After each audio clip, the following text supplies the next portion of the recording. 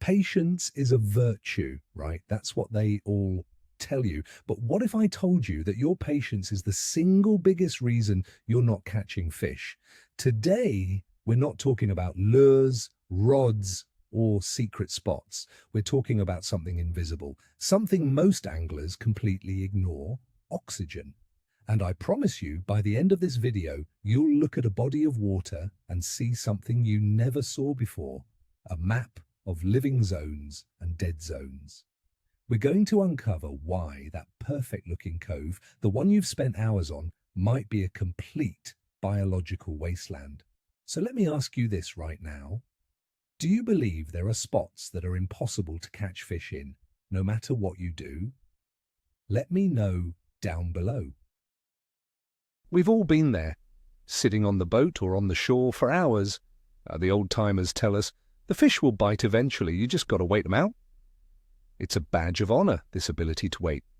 This idea gets drilled into our heads from our very first cast. We blame the weather, the bait, the barometer, our luck. Everything except the one thing that could actually be the problem: the water itself. We keep going back to the same spots because they look good. They have cover, they look fishy. We trust our eyes more than we trust the science, but our eyes can't see dissolved oxygen, and without it, you might as well be casting into a swimming pool filled with distilled water. It's time to stop guessing and start understanding the world beneath the surface. First, let's get the simple science out of the way. Fish don't breathe air, they breathe dissolved oxygen.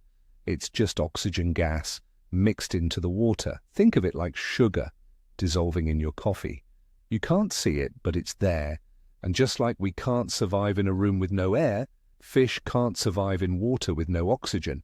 It's the single most critical element for their survival, more important than food or cover. A fish can go days without eating. It can't go minutes without breathing. This isn't just a preference. It's a biological necessity. And the amount of dissolved oxygen in a body of water is not the same everywhere. It changes dramatically from spot to spot and from season to season. Understanding this is the first step to stop wasting your time. So where does this oxygen come from? There are two main sources. The first is from the atmosphere. Wind and waves stir up the surface of the water, and oxygen from the air mixes in. This is why a lake on a windy day is literally breathing. The second and more important source is from aquatic plants and algae through photosynthesis. Just like plants on land, they take in sunlight and carbon dioxide and release oxygen. But here is the catch. This only happens during the day when the sun is out. At night, these same plants do the opposite. They start consuming oxygen. This day and night cycle creates a constant fluctuation in oxygen levels, so that weedy bay that's pumping out oxygen all day can actually start to suffocate at night. Now let's talk about the big summer problem. As the sun beats down on a lake all summer, the surface water gets warm. Warm water is lighter than cold water, so you end up with a layer of warm water sitting on top of a layer of dense, cold water. The boundary between these two layers is called the thermocline. Imagine it as a liquid blanket floating in the middle of the lake. This blanket is a huge barrier. It prevents the oxygen-rich surface water from mixing with the deep, cold water. Think about it. All the oxygen is being produced and mixed in at the surface, but the thermocline stops it from ever reaching the bottom. This sets the stage for a deadly trap that countless anglers fall for every single year. So, what's happening below that thermocline? It becomes a graveyard. All the dead stuff, the dead algae, the dead weeds, the dead fish, it all sinks to the bottom. What happens to dead stuff? It decomposes. Bacteria go to work breaking it all down. But this process of decomposition uses up a massive amount of oxygen. So you have a situation where no new oxygen is getting down from the surface because of the thermocline, and the bacteria on the bottom are consuming what little oxygen is left. Okay, this creates a large zone of water at the bottom of the lake that is completely devoid of oxygen. It's called an anoxic zone. It's cold, it's dark, and it is completely unlivable for any fish you want to catch. Here is where your fish finder is lying to you. You might be marking huge clouds of what you think are baitfish, or even big arches that look like trophy fish sitting right on the bottom in deep water. You think you've found the mother lode. So you sit there for hours, patiently dropping every lure in your tackle box down to them. But you get nothing, not a single bite. Why? Because you're not marking fish, you're marking a dead zone. The fish finder is picking up on the density change in the water or clouds of gases from decomposition. The fish are not there, they are suspended much higher, right above the thermocline, in the much smaller zone of water that has both a comfortable temperature and enough oxygen to breathe. Let's paint a picture. It's a hot August morning. You pull up to a beautiful, calm, protected cove. It's full of lily pads and submerged weeds. It screams largemouth bass. You start casting a frog, a jig, a senko. An hour goes by. Nothing. 2 hours. Still nothing. You tell yourself to be patient. You know there have to be fish in there. But what you can't see is that this calm, protected cove hasn't had any wind to mix in oxygen. The water is stagnant. The massive amount of weeds are consuming all the oxygen at night, and the hot sun is making it worse. You are literally fishing in a beautiful green desert. The fish left days ago seeking out a main lake point where the wind is creating a current and mixing in fresh oxygen. So how can you spot these summer dead zones without expensive equipment? Use your eyes and your nose. First, look at the watercolor. A healthy, oxygenated lake has a certain clarity. If you see water that looks like thick pea soup, that's a sign of an extreme algae bloom. While algae produces oxygen during the day, a massive bloom will cause a catastrophic oxygen crash at night and when it dies off. Second, use your nose. If you get into a bay and it smells stagnant, swampy, or like rotten eggs, that's a dead giveaway. That smell is hydrogen sulfide gas, which is produced by bacteria in zero oxygen conditions. If you can smell it, the fish are long gone. Trust your nose, it's a better fish finder than you think. Another huge clue is a lack of life. When you pull up to a spot, just stop for a minute and observe. Do you see baitfish flickering on the surface? Do you see bluegills nibbling at the surface film? Are there turtles, frogs, or water birds around? Life attracts life. If a spot looks completely sterile and dead silent with no surface activity whatsoever, it often means the fundamental building block for that life, oxygen, is missing. Don't waste your time trying to be the first person to pull a fish out of there. The fish are smarter than that. They're already somewhere else, and you should be too. Your patience in a spot like this is just stubbornness, not a strategy. Now let's switch gears to the winter. You might think that cold water solves all these oxygen problems, and you'd be partly right. Colder water can hold much more dissolved oxygen than warm water, but winter brings its own set of deadly traps, especially for ice fishermen. The big problem is the ice itself. Once a lake freezes over, it's sealed off from the atmosphere. That means no more oxygen from the wind and waves. The lake is now a closed system. It has to survive for months on the oxygen it already has, plus whatever its underwater plants can produce. This is where things can go very wrong, very quickly, leading to a phenomenon called winterkill. The biggest enemy of a lake in winter isn't the cold, it's the snow.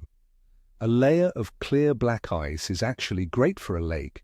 Sunlight can penetrate through it, allowing the aquatic plants to continue producing oxygen all winter long.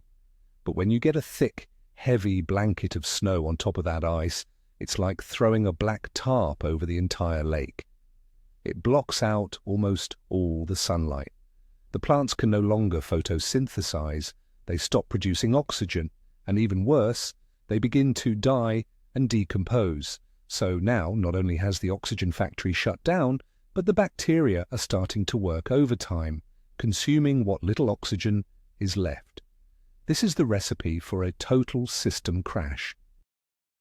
Shallow, weedy lakes are the most vulnerable to this winter kill. Think about it. A shallow lake has a smaller total volume of water, which means a smaller reserve of dissolved oxygen to begin with. Then you add a massive amount of weeds from the summer. When the snow comes and those weeds start to die and rot, they use up the limited oxygen supply at an incredible rate.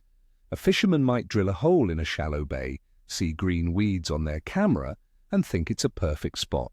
They'll sit there for hours, being patient, freezing their tail off over a hole that has the same oxygen content as the surface of the moon. The fish that were in that bay either fled to deeper water weeks ago, or they're already dead.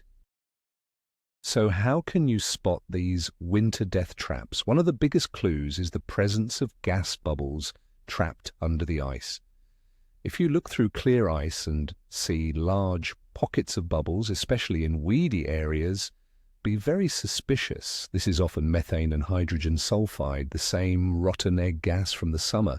It's a sign that decomposition is happening on a massive scale. Another clue is when you drill a hole and the water that comes up smells foul. That's your first and best indication to pack up and move. Don't even bother dropping a line. Your nose is telling you exactly what you need to know.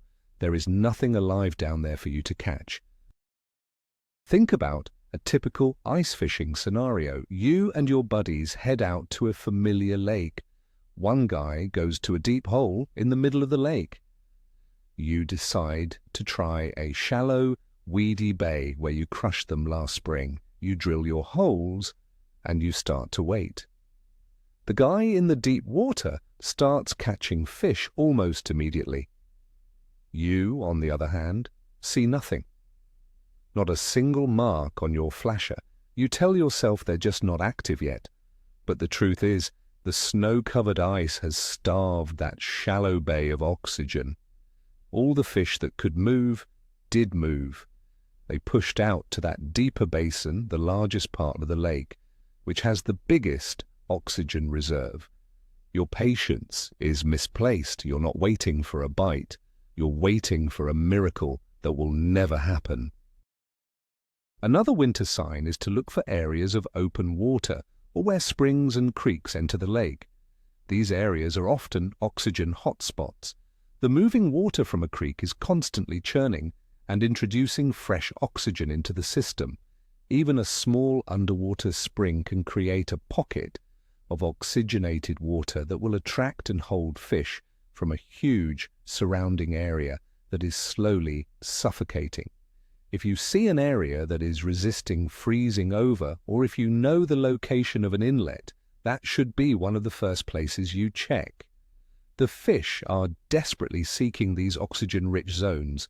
They are not sitting patiently in the stagnant, dying bays. They are actively searching for a place to breathe. Let's talk about the gear that can help you. A modern fish finder with a good color screen can actually help you spot the thermocline in the summer.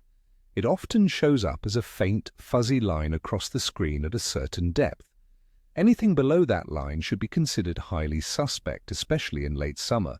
You'll also notice that you mark almost all the fish at or above that line. This isn't a coincidence. They are physically trapped in that upper layer of the water.